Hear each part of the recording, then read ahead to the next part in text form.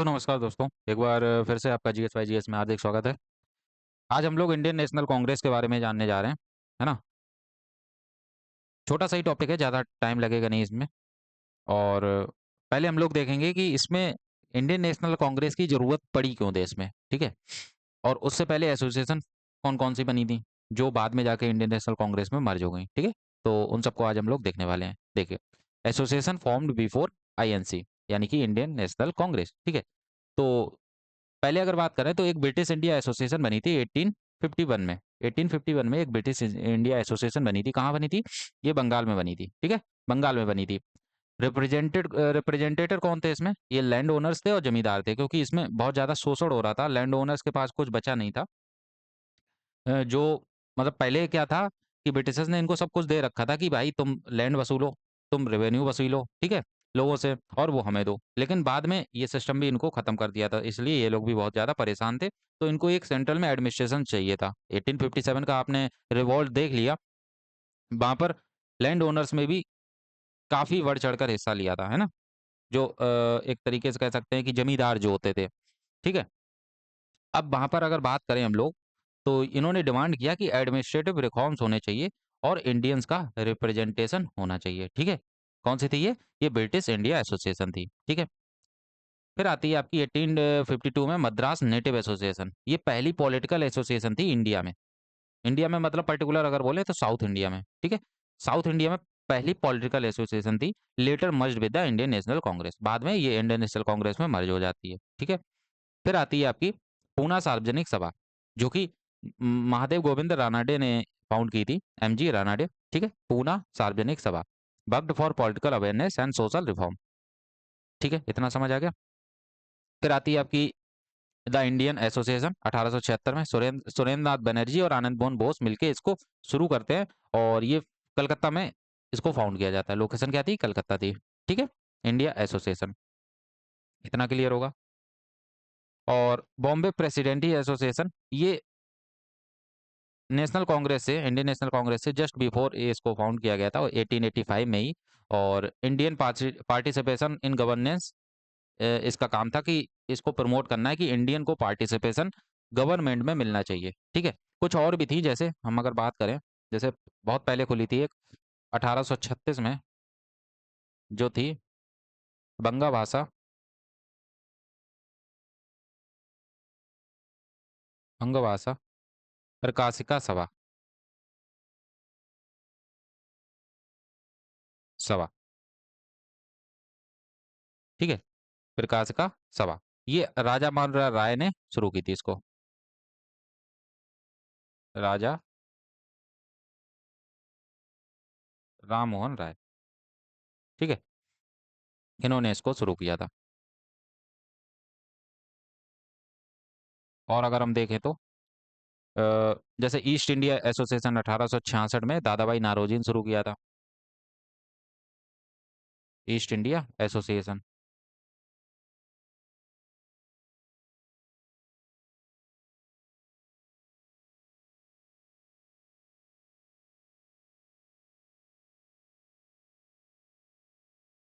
दादा भाई नारोजी, ठीक है? ये पारसी लीडर थे एक, उन्होंने शुरू किया था। आई थिंक इतना क्लियर होगा। 1886 हो गया। और अगर हम बात करें तो एक इंडिया लीग थी करके, उसको शिशिर कुमार घोष ने एस्टेब्लिश किया था 1875 में। इंडिया लीग, इंडिया लीग, ठीक है? और उसके बाद इंडियन नेशनल एसोसिएशन हमने करा दिया है। Indian association, Indian National association, इसको भी एक लिख लीजिए। ये खुली थी आपकी 1876 में ही, द इंडियन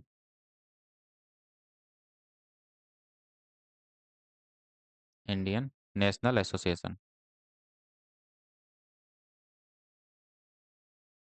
नेशनल एसोसिएशन, ठीक है? ये 1876 में ओपन हुई थी। उसके बाद एक हुई थी मद्रास महाजन सभा, मद्रास महाजन सभा,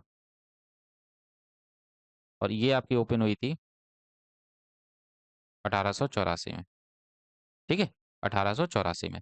अब किसने क्या किया था वो देख लेते हैं, क्योंकि डायरेक्ट क्वेश्चन आते हैं, इनसे कुछ एक्स्ट्रा जरा हमें देखने की जरूरत नहीं है। ये शिशिर कुमार घोष ने इसको शुरू किया था, शिशिर कुमार घोष। ठीक है। और शिशिर कुमार घोष ने एक न्यूज़पेपर लॉन्च किया था, उस न्यूज़पेपर का नाम था अमृत बाजार पत्रिका। न्यूज पेपर, उसका नाम था अमृत बाजार पत्रिका। अगर आप इसको, इसके फर्स्ट लेटर उठाएंगे तो ये बनेगा एबीपी। आज न्यूज़ देखते हैं ना, एबीपी न्यूज। बाद में शायद इसको खरीद पर ही लिया था, जो आज के एबीपी न्यूज के ओनर हैं, ठीक है, वो बाद में टेलीविजन के फॉर्म में आ गई, इंडियन नेशनल एसोसिएशन। तो इसको सुरेंद्र नाथ बनर्जी आ जाएंगे यहाँ पर, इन्होंने फाउंड किया था, सुरेंद्र नाथ बनर्जी। अच्छा, सत्येंद्र नाथ टैगोर जो थे, वो पहले इंडियन थे जिन्होंने इंडियन सिविल सर्विस एग्जाम को क्वालिफाई किया था। ठीक है, तो उसको भी आप याद रखिएगा। ये आ जाएगा सुरेंद्र नाथ बनर्जी, और इसमें एक और नाम लिखिए आप, आनंद मोहन बोस। ठीक है, आनंद मोहन बोस, आनंद मोहन बोस। ठीक है। मद्रास महाजन सभा की अगर बात करें तो इसमें 3 लोग आएंगे। एक आएंगे एम वीरा राघवाचारी, वीर राघवाचारी, राघवाचारी। ठीक है, यहाँ पर थोड़ा सा आप करेक्ट कर लीजिए। एक मिनट, एक मिनट, ये लैग कर गया है थोड़ा।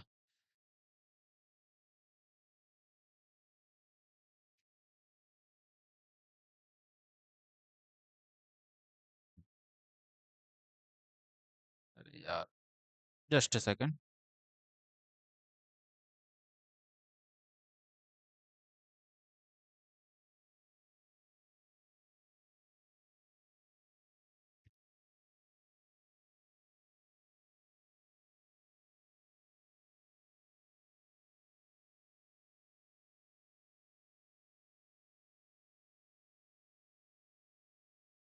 जस्ट अ सेकंड, मैं थोड़ा सही कर रहा हूँ इसको। आई थिंक कुछ प्रॉब्लम है।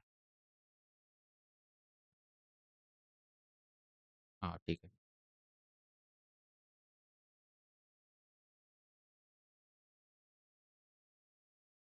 एम वीरा राघवाचारी। ठीक है, एक ये आ जाएंगे। और उसके बाद इनके 2 नाम और लिखिए, जी सुब्रमण्यम अय्यर, सुब्रमण्यम अय्यर। और साथ में एक आ जाएंगे पी आनंद चार्लू, पी आनंद चार्लू। ठीक है, तो ये 3 नाम आ जाएंगे मद्रास महाजन सभा में। ठीक है, आई होप क्लियर होगा इतना। बाकी हम लोग अभी आगे देखेंगे। ठीक है, अब आते हैं फॉर्मेशन ऑफ कांग्रेस। देखिए, फॉर्मेशन ऑफ कांग्रेस का मतलब हुआ कि कांग्रेस की स्थापना। ठीक है, लेकिन इसकी जरूरत पड़ी क्यों? इसकी जरूरत इसलिए पड़ी क्योंकि एक नेशनल लेवल पर कोई भी पॉलिटिकल ऑर्गेनाइजेशन नहीं थी जो इंडियन इंडियंस की बात आपके जो रिप्रेजेंटेटिव बन के जाए, कहाँ पर, आपके सरकार में, है ना, गवर्नमेंट में रिप्रेजेंटेटिव बन के जाए। तो ऐसी कोई पार्टिकल पॉलिटिकल पार्टी नहीं थी। इसलिए एक ब्रिटिश आईसीएस ऑफिसर थे जो रिटायर्ड थे, और उन्होंने एक कह सकते हैं पॉलिटिकल एसोसिएशन की स्थापना करते हैं, उसका नाम रखते हैं इंडियन नेशनल कांग्रेस। उनका नाम था एलन ऑक्टावियन ह्यूम, यानी कि इनको शॉर्ट में एओ ह्यूम भी बोलते हैं। ठीक है, ये एक ऑर्निथोलॉजिस्ट थे, ऑर्निथोलॉजिस्ट मतलब पक्षी विशेषज्ञ थे। ठीक है, इसलिए इनको फादर ऑफ इंडियन ऑर्निथोलॉजिस्ट कहा जाता है। ठीक है, पहला सेशन जो होता है कि इन्होंने डिसाइड किया था सब लोगों ने मिलकर कि ये पूना में कराया जाएगा, लेकिन पूना में कोलेरा फैल गया था। ठीक है, पूना में कोलेरा फैल गया था, इस वजह से वहां पर ऑर्गेनाइज नहीं कराया जा सका। तो बाद में इसको कहाँ कराया गया, इसको गोकुलदास तेजपाल संस्कृत कॉलेज बॉम्बे में कराया गया। ठीक है, बॉम्बे में कराया गया, Poona, but due to plague outbreak, और प्लेग कौन सा था, ये कोलेरा था। ठीक है, कोलेरा फैल गया था, जहां पर टोटल 72 डेलीगेट्स ने पार्टिसिपेट किया। ये बहुत इंपॉर्टेंट है। पहले पहले 2 सेशन का तो आपको याद रखना है कि इसमें कितने डेलीगेट्स आए थे। डेलीगेट मतलब कितने लोग, कितने इंसान, कितने पीपल शामिल हुए थे, ठीक है? कितने लीडर शामिल हुए थे इसमें। इसमें कोई भी वुमेन शामिल नहीं हुई थी इस सेशन में, कोई भी वुमेन पार्टिसिपेशन नहीं था, ठीक है? तो ये चीज़ भी याद रखेंगे, कोई भी वुमेन पार्टिसिपेशन नहीं था। 1 सेकंड। उसके बाद ओनली 2 मुस्लिम्स पार्टिसिपेट, 2 मुस्लिम ने पार्टिसिपेट किया था इसमें, ठीक है? अब हम लोग आगे बढ़ते हैं। Different theories on Congress formation. तो कुछ थ्योरीज हैं जो कांग्रेस के फॉर्मेशन के लिए दी जाती हैं, तो उनको देख लेते हैं एक बार। जैसे पहली आती है सेफ्टी वाल्व थ्योरी। ये इसको दिया था लाला लाजपत राय ने, ठीक है? इसको दिया था लाला लाजपत राय ने, और इन्होंने इसको पब्लिश किया था अपनी, उनकी मैगजीन थी एक यंग इंडिया नाम की, ठीक है? तो यंग इंडिया आपको यहाँ से पता चल गया कि यंग इंडिया किसने मैगजीन थी, वो लाला लाजपत राय की थी, ठीक है? इन्होंने एक थ्योरी दी थी सेफ्टी वॉल्व थ्योरी, और इसमें ये बोला था कि जो ब्रिटिश ऑफिसर हैं ये ह्यूम, इन्होंने इसको इसलिए बनाया है ताकि ये अंग्रेजों का मतलब अंग्रेजों के खिलाफ कुछ बोल ना सके। ये सेफ्टी वॉल्व थ्योरी है, सेफ्टी वॉल्व की तरह काम करेगी अंग्रेजों के लिए, ठीक है? कॉन्स्पिरेसी थ्योरी तो ये आरपी दत्त ने दी थी। कॉन्स्पिरेसी थ्योरी ये काफी फेमस है। ये आरसी दत्त नहीं थी, इनका नाम था पूरा राजानी पालमे दत्त, राजानी पालमे दत्त, ठीक है?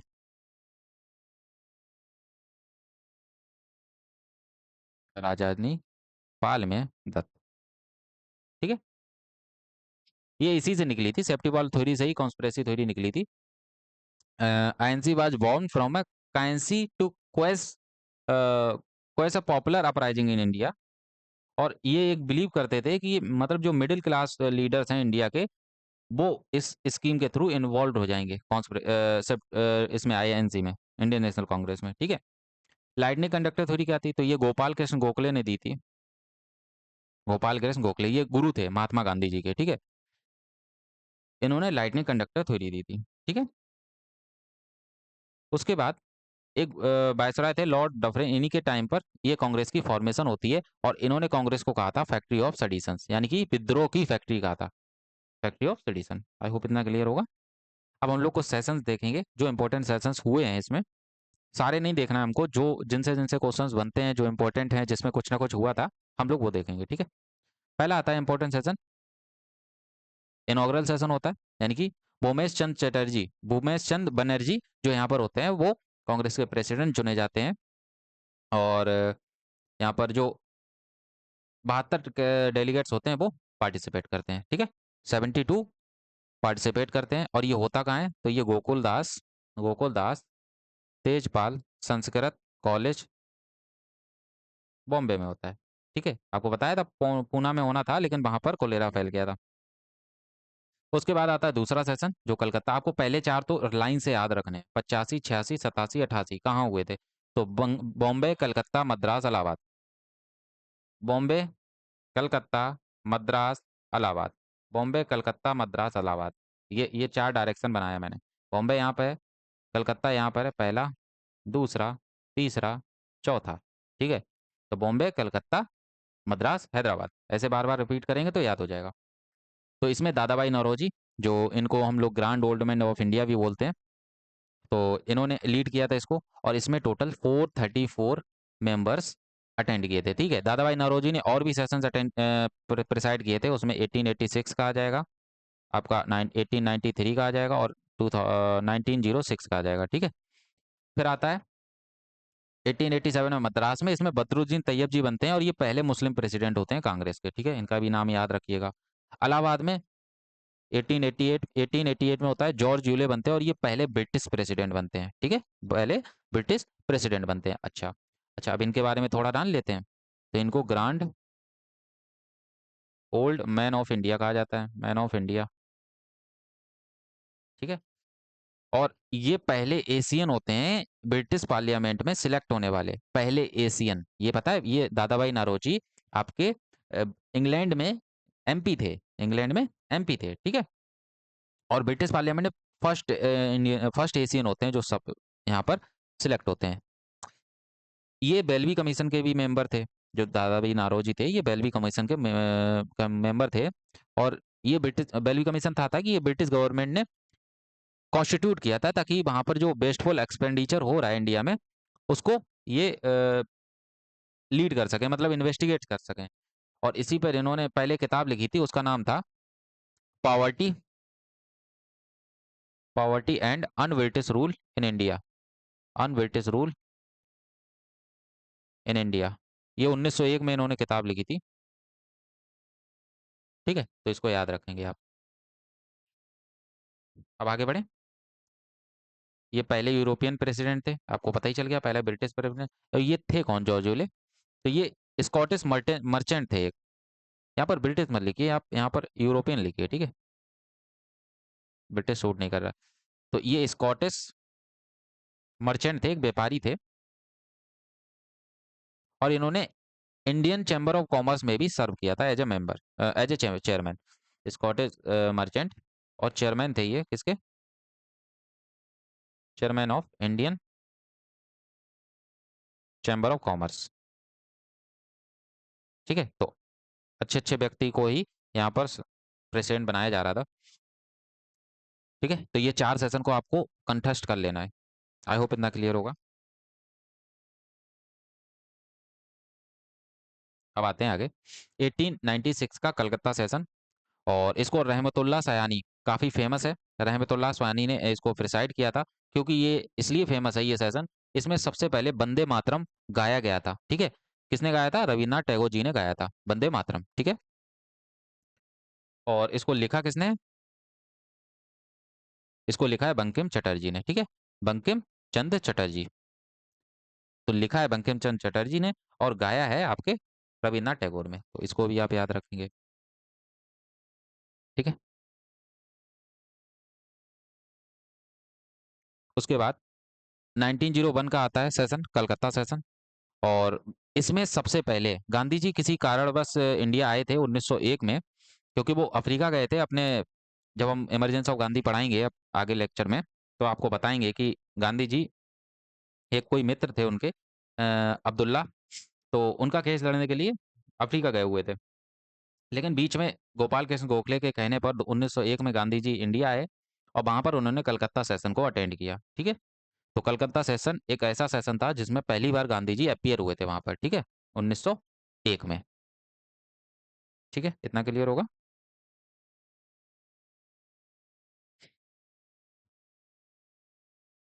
अब आगे बढ़ते हैं। 1905 में बनारस में सेशन होता है, और यहाँ पर स्वदेशी मूवमेंट को ऑफिशियली अडॉप्ट कर लिया जाता है, क्योंकि इसी में पार्टीशन ऑफ बंगाल भी होता है। 1905 में ही पार्टीशन ऑफ बंगाल होता है, जिसकी वजह से स्वदेशी मूवमेंट अडॉप्ट किया जाता है, ब्रिटिश गुड्स जलाए जाते हैं। अगला जो लेक्चर हम करेंगे उसमें पार्टीशन ऑफ बंगाल ही रहेगा। ठीक है, और इसमें जो प्रेसिडेंट होते हैं गोपाल कृष्ण गोखले होते हैं। ठीक है, तो ये प्रेसिडेंट होते हैं। ये जो आप फोटो देख रहे हैं ये गोपाल कृष्ण गोखले ही है। ठीक है, तो 1905 का ये होता है, और ये इसमें इन्होंने एक मतलब कह सकते हैं एक तरीके से रिस्पॉन्स दिया था कि पार्टीशन ऑफ बंगाल के बाद का रिस्पॉन्स क्या होगा, तो स्वदेशी मूवमेंट को चालू किया गया था। ठीक है, और कुछ तो इसमें बताने लायक नहीं है। 1905 में, अच्छा ये कह सकते हैं हम लोग, गोपाल कृष्ण गोखले ने एक सोसाइटी को फॉर्म किया था, मैंने आपको बताया हुआ है, वो है servant of India society, servant of India society. ठीक है, तो ये सोसाइटी को फॉर्म किया है। आगे 1906 में कलकत्ता सेशन होता है, और इसमें क्या होता है, वैसे एक्सट्रीमिस्ट और मॉडरेट जो होते थे, एक्सट्रीमिस्ट जो प्रेयर पिटीशन पे, मॉडरेट जो होते हैं प्रेयर पिटीशन करके ब्रिटिशर्स की हुजी हुजूरी करते थे, लेकिन जो एक्सट्रीमिस्ट थे वो कहते थे ये ब्रिटिशर्स ऐसे नहीं भाजेंगे, इनको गोला बारूद से समझाना पड़ेगा, इनको गोली बारूद से समझाना पड़ेगा, है ना। तो इन दोनों के मतभेद होने शुरू हो जाते हैं, और मतभेद होते हैं इतने बढ़ जाते हैं कि इन दोनों को अलग होना पड़ता है 1907 में। ये होने वाले तो हैं 1906 में ही, लेकिन जैसे ही सबको पता लगता है कि ये अलग होंगे, यानी कि कांग्रेस में स्प्लिट होगा, तो तुरंत ही दादा भाई नारोजी को यहाँ पर प्रेसिडेंट बना देते हैं। और दादा भाई नारोजी आपको पता है काफ़ी ज़्यादा सम्मानित व्यक्ति थे, ब्रिटिश पार्लियामेंट में ये एमपी रह चुके थे, और ये काफ़ी ज़्यादा सम्मानित थे, और ये इनको grand old man of India कहा जाता था। इसीलिए सूरत स्प्लिट होता है 1907 में, यहाँ पर स्प्लिट नहीं होता है कांग्रेस में, ठीक है। इन्होंने प्रपोज किए थे 4 रेजोल्यूशन। पहला था स्वराज, स्वदेशी, बाइकॉट एंड नेशनल एजुकेशन। ये 4 इन्होंने रेजोल्यूशन को प्रपोज किया था कलकत्ता के सेशन में दादा भाई नौरोजी ने, ठीक है। इतना क्लियर हो गया। अब आते हैं 1907 के सूरत सेशन में। यहाँ पर जो प्रेसिडेंट होते हैं वो होते हैं राज बिहारी घोष। राज बिहारी घोष। और यहाँ पर कांग्रेस 2 पार्ट्स में डिवाइड हो जाती है, एक होते हैं एक्सट्रीमिस्ट और दूसरे होते हैं मॉडरेट, ठीक है। अच्छा, लीडर और मॉडरेट कौन होते हैं? तो ये गोपाल कृष्ण गोखले होते हैं। गोपाल कृष्ण गोखले। और इसमें अगर एक्सट्रीमिस्ट की बात करें तो लाल बाल पाल। लाल बाल पाल। लाला लाजपत राय, बाल गंगाधर तिलक और बिपिन चंद्र पाल। तो अगर लिखना चाहो तो लिख सकते हो लाला लाजपत राय, बाल गंगाधर तिलक और बिपिन चंद्र पाल, ठीक है। ये अलग हो जाते हैं। फिर 1911 का कलकत्ता सेशन होता है। अब 1911 के कलकत्ता सेशन में क्या होता है, इसमें पहली बार नेशनल एंथम जनगण मन गाया जाता है। पहली बार नेशनल एंथम गाया जाता है। देखिए, नेशनल सॉन्ग 1893 में गाया गया था, आपका वंदे मातरम, ठीक है। और इस समय प्रेसिडेंट कौन थे? बिशन नारायण धर थे। बीएन धर उनको बोलते हैं शॉर्ट में, बीएन धर थे प्रेसिडेंट, ठीक है, 1911 में। और इसको किसने लिखा है? तो ये रविन्द्रनाथ टैगोर ने लिखा है। इनकी पुस्तक है आनंद मठ, उससे लिया गया है, ठीक है। आई होप इतना क्लियर होगा। 1916 में, पहले उससे पहले 1912 देख लेते हैं। ये बंकीपुर सेशन हुआ था जिसमें एओ ह्यूम को फादर ऑफ कांग्रेस बोला गया, ठीक है। एओ ह्यूम को फादर ऑफ कांग्रेस कब बोला गया? रिसेंट का एक क्वेश्चन है रेलवे में, तो मैंने सोचा कि इसको डाल देते हैं, ठीक है। बंकीपुर सेशन 1912, एओ ह्यूम को फादर ऑफ कांग्रेस बोला गया था। और इस समय जो प्रेसिडेंट हुआ करते थे वो आर एन मुधोलकर थे, ठीक है, आर एन मुधोलकर। 1916 आता है। 1916 में अंबिका चरण माजूमदार इसके प्रेसिडेंट बनते हैं। और इन्होंने यहाँ पर लखनऊ पैक्ट होता है, लखनऊ, इसमें लखनऊ पैक्ट होता है। लखनऊ पैक्ट का मतलब लखनऊ में एक समझौता होता है। पैक्ट का मतलब होता है एग्रीमेंट। लखनऊ पैक्ट। और इसमें जो एक्सट्रीमिस्ट और मॉडरेट होते हैं वो ज्वाइन कर जाते हैं, क्योंकि ये पहला वर्ल्ड वार खत्म हुआ होता है, मतलब हाँ कह सकते हैं पहला वर्ल्ड वार लगभग खत्म होता है। और यहाँ पर दोनों लोग ज्वाइन हो जाते हैं। यहाँ पर मुस्लिम लीग भी ज्वाइन होती है जो 1906 में बनती है, ठीक है। और जिन्ना इस टाइम दोनों पार्टी के मेंबर होते हैं। 1912 में जिन्ना ज्वाइन करते हैं मुस्लिम लीग को। और जिन्ना यहाँ पर दोनों पार्टी के मेंबर होते हैं, मुस्लिम लीग के भी होते हैं और कांग्रेस के भी होते हैं, ठीक है। और इसीलिए सरोजनी नायडू ने उनको टाइटल दी थी एक, जिन्ना को, लखनऊ वाले सेशन में, मोहम्मद अली जिन्ना। इनको हिंदू मुस्लिम यूनिटी का दूत कहा था, यानी कि ambassador of Hindu Muslim unity. Ambassador of Hindu Muslim unity, ये किसने कहा था? ये सरोजनी नायडू ने कहा था, ठीक है। ये कहा था सरोजनी नायडू ने। इतना क्लियर हो गया होगा, ठीक है, मोहम्मद अली जिन्ना। उसके बाद आता है 1917 का कलकत्ता सेशन। और ये पहला सेशन ऐसा था जिसमें पहली वुमेन प्रेसिडेंट चुनी गई थी। उनका नाम था एनी बेसेंट, ठीक है। उनका नाम था एनी बेसेंट, 1917 में, ठीक। चलिए, नागपुर सेशन 1920 का आता है। इसमें कांग्रेस ने डिक्लेयर किया कि उनकी पॉलिसी कैसी रहने वाली है प्रिंसली स्टेट को लेकर, ठीक है। इसमें जो प्रेसिडेंट थे बी राघवाचारी थे, बी राघवाचारी। 1924 का एक इकलौता सेशन जिसमें महात्मा गांधी ने प्रिसाइड किया था, उसके बाद नहीं किया। 101 साल हो चुके हैं। ये बेलगाम का सेशन था। बेलगाम मतलब कर्नाटका में है, ठीक है। बेलगाम कर्नाटका में है। फिर आता है आपका कानपुर सेशन 1925 का। और इस कानपुर सेशन में आपके जो प्रेसिडेंट होती हैं वो होती हैं सरोजनी नायडू। और ये पहली इंडियन वुमेन होती हैं, पहली इंडियन वुमेन। देखिए, पहली वुमेन आपकी एनी बेसेंट थी, लेकिन पहली इंडियन वुमेन प्रेसिडेंट कौन बनती है? सरोजनी नायडू। और यही बाद में जाके पहली वुमेन गवर्नर बनती हैं उत्तर प्रदेश की, ठीक है। उत्तर प्रदेश की पहली सीएम कौन बनती है वो आप बताइएगा, ठीक है। फर्स्ट सीएम ऑफ यूपी, सुचिता कृपलानी, ठीक है, सुचेता कृपलानी। 1929 का लाहौर सेशन होता है और इसमें जवाहरलाल नेहरू प्रेसिडेंट बनते हैं 1929 में। और यहाँ पर इसी इसी टाइम पर नेहरू रिपोर्ट को रिजेक्ट कर दिया जाता है। ये नेहरू रिपोर्ट जवाहरलाल नेहरू की नहीं थी, ये नेहरू रिपोर्ट मोतीलाल नेहरू की थी, इनके पिताजी की। तो नेहरू रिपोर्ट क्या थी वो हम लोग आगे पढ़ेंगे। Nehru report was rejected in this session, ठीक है, रिजेक्टेड। और इस प्रपोजल के अकॉर्डिंग पूर्ण स्वराज मांगा गया था, ठीक है। और स्वराज जो था इसको कांग्रेस के कॉन्स्टिट्यूशन में इंक्लूड करके पूर्ण स्वराज को गोल मान लिया गया था नेशनल मूवमेंट के तौर पर, ठीक है। पूर्ण स्वराज का यहाँ पर गोल रखा गया था। तो लाहौर सेशन में पूर्ण स्वराज का गोल रखा गया था। और स्लोगन इसके थे पूर्ण स्वराज, वंदे मातरम, इंकलाब जिंदाबाद, ठीक है। ये 3 स्लोगन थे। उसके बाद हम लोग कह सकते हैं यहाँ पर कि 31 दिसंबर 1929 को, 31 दिसंबर, क्योंकि इनकी जो वो होती थी, मीटिंग होती थी, वो 28 से 31 के बीच में ही होती थी, ठीक है, दिसंबर में। तो 31 दिसंबर 1929 को जवाहरलाल नेहरू ने जवाहरलाल नेहरू ने ट्राई कलर होस्ट किया, hosted try colour, try colour flag. और एक तरीके से वो सिंबॉलिक जेस्चर था उनका कि symbol of Indian independence on the bank of Ravi river, ठीक है, ट्राई कलर। क्योंकि ये लाहौर में हो रहा था और लाहौर में रावी रिवर के किनारे उन्होंने होस्ट किया था, नियर रावी रिवर, ठीक है। तो इतना भी आप याद रखेंगे। फिर 1931 का कराची सेशन होता है जिसमें सरदार वल्लभ भाई पटेल इसमें प्रेसाइड करते हैं, ठीक है, सरदार वल्लभ भाई पटेल प्रेसाइड करते हैं। और इसमें क्या होता है, इसमें इसी टाइम पर गांधी इरविन पैक्ट होता है। क्या होता है ये हम लोग आगे पढ़ेंगे। गांधी इरविन पैक्ट, बस इतना याद रखिए अभी, क्या गांधी इरविन पैक्ट कब होता है, ताकि जब वहां पे पहुंचेंगे ना तो आपको याद रहेगा, हाँ गांधी इरविन पैक्ट 1931 में हुआ था। इस समय अगर कांग्रेस का सेशन अगर हम रिकॉल करें तो सरदार पटेल आ जाएंगे, ठीक है। तो ऐसे करके आप रिकॉल कर सकते हैं वहां पर।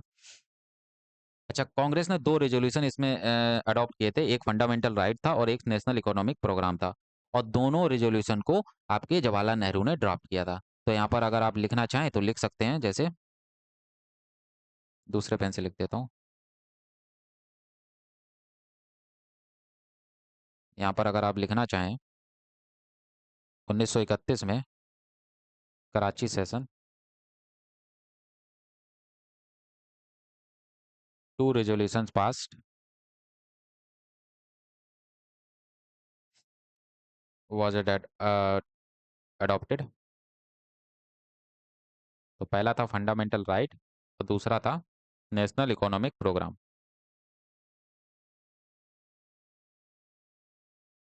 इकोनॉमिक प्रोग्राम, ठीक है। और दोनों को ड्राफ्ट किसने तैयार किया था, ड्राफ्टेड बाई जवाहरलाल नेहरू, ठीक है। तो इतना आप याद रखेंगे, आई होप क्लियर होगा। तो चलिए, अब फैजपुर सेशन। फैजपुर सेशन एक ऐसा सेशन था, इसको भी जवाहरलाल नेहरू ने ही प्रिसाइड किया था, लेकिन ये इकलौता ऐसा सेशन था जो गांव में हेल्ड हुआ था, ठीक है। विलेजपुर विलेज में ये हेल्ड हुआ था। तो इसको आप याद रखेंगे क्योंकि इकलौता सेशन था ये, ठीक है। 1937 का सेशन। और ये भी आप याद रख सकते हैं कि 1930 में जवाहरलाल नेहरू ने 1930 में जवाहरलाल नेहरू ने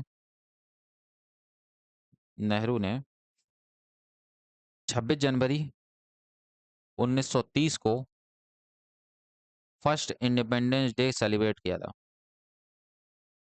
आज़ादी तो हमको नहीं मिली थी, लेकिन उन्होंने इंडिपेंडेंस डे सेलिब्रेट किया था 26 जनवरी 1930 को। इसीलिए हमें, हमारा संविधान तो 26 नवंबर 1949 को बनकर तैयार हो गया था, लेकिन उसको लागू 26 जनवरी को किया था, क्योंकि हमें इंडिपेंडेंस तो मिल गई 15 अगस्त को। अब 26 जनवरी का क्या करें, क्योंकि वो हमारे लिए इंपॉर्टेंट है। 1930 में जवाहरलाल नेहरू में यहाँ पर पहला इंडिपेंडेंस डे मनाया था, इसलिए 26 जनवरी तारीख को चुना गया कि 2 महीने डिले करते हैं और संविधान को 26 जनवरी 1950 से लागू करते हैं, ठीक है।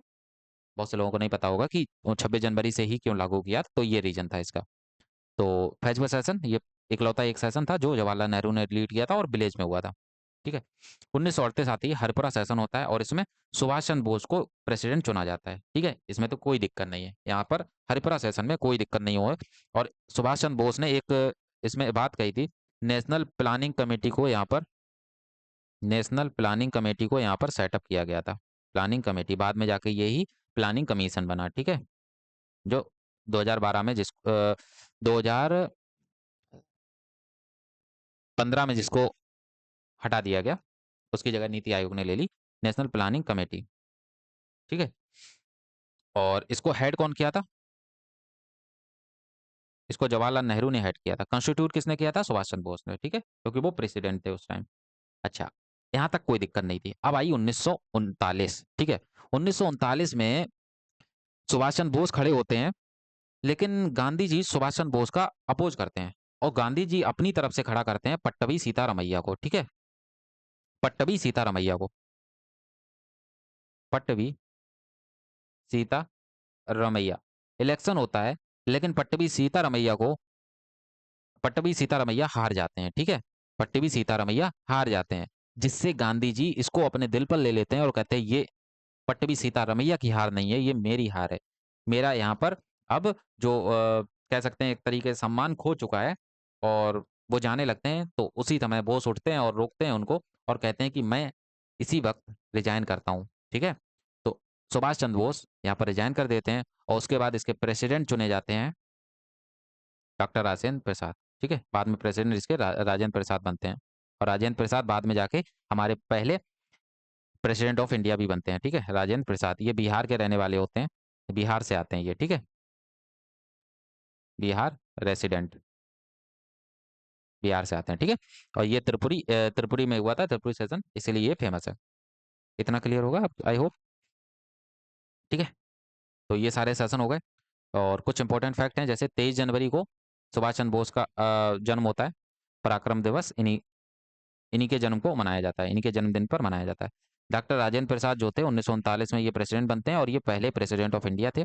मदन मोहन मालवीय जो ऐसे प्रेसिडेंट थे जिन्होंने सबसे ज्यादा बार कांग्रेस सेशन को प्रिसाइड किया है। ठीक है, JB Kripalani was the president of last Congress session before independence, यानी कि 1946 का जो सेशन था उसको जेबी कृपलानी ने प्रिसाइड किया था। मौलाना अब्दुल कलाम आजाद 1940 से 1946 तक प्रेसिडेंट रहने वाले व्यक्ति थे। ठीक है, इंडिपेंडेंस के टाइम पे जेपी कृपलानी थे, इतना बता चुका हूँ। और ये हो गया सेशन खत्म, हो गया। एक एक चीज हम लोगों ने देख ली, और इसमें और कुछ तो बचा नहीं है जो मैं आपको बता सकूं। ठीक है, अब कल हम लोग करेंगे partition of Bengal. Partition of Bengal के टाइम पर ही हम लोग रेवोल्यूशनरी एक्टिविटीज जो भी हुई हैं, रेवोल्यूशनरीज जो क्या नाम कह सकते हैं, एक तरीके से ऑर्गेनाइजेशन खुली थी। ठीक है, जिन्होंने खोली थी वो सब हम लोग देखेंगे। ठीक है, आई होप इतना क्लियर होगा। तो आज का सेशन एंड करते हैं फिर, छोटा सेशन हुआ है, कल फिर हम लोग देखेंगे। ठीक है, थैंक यू।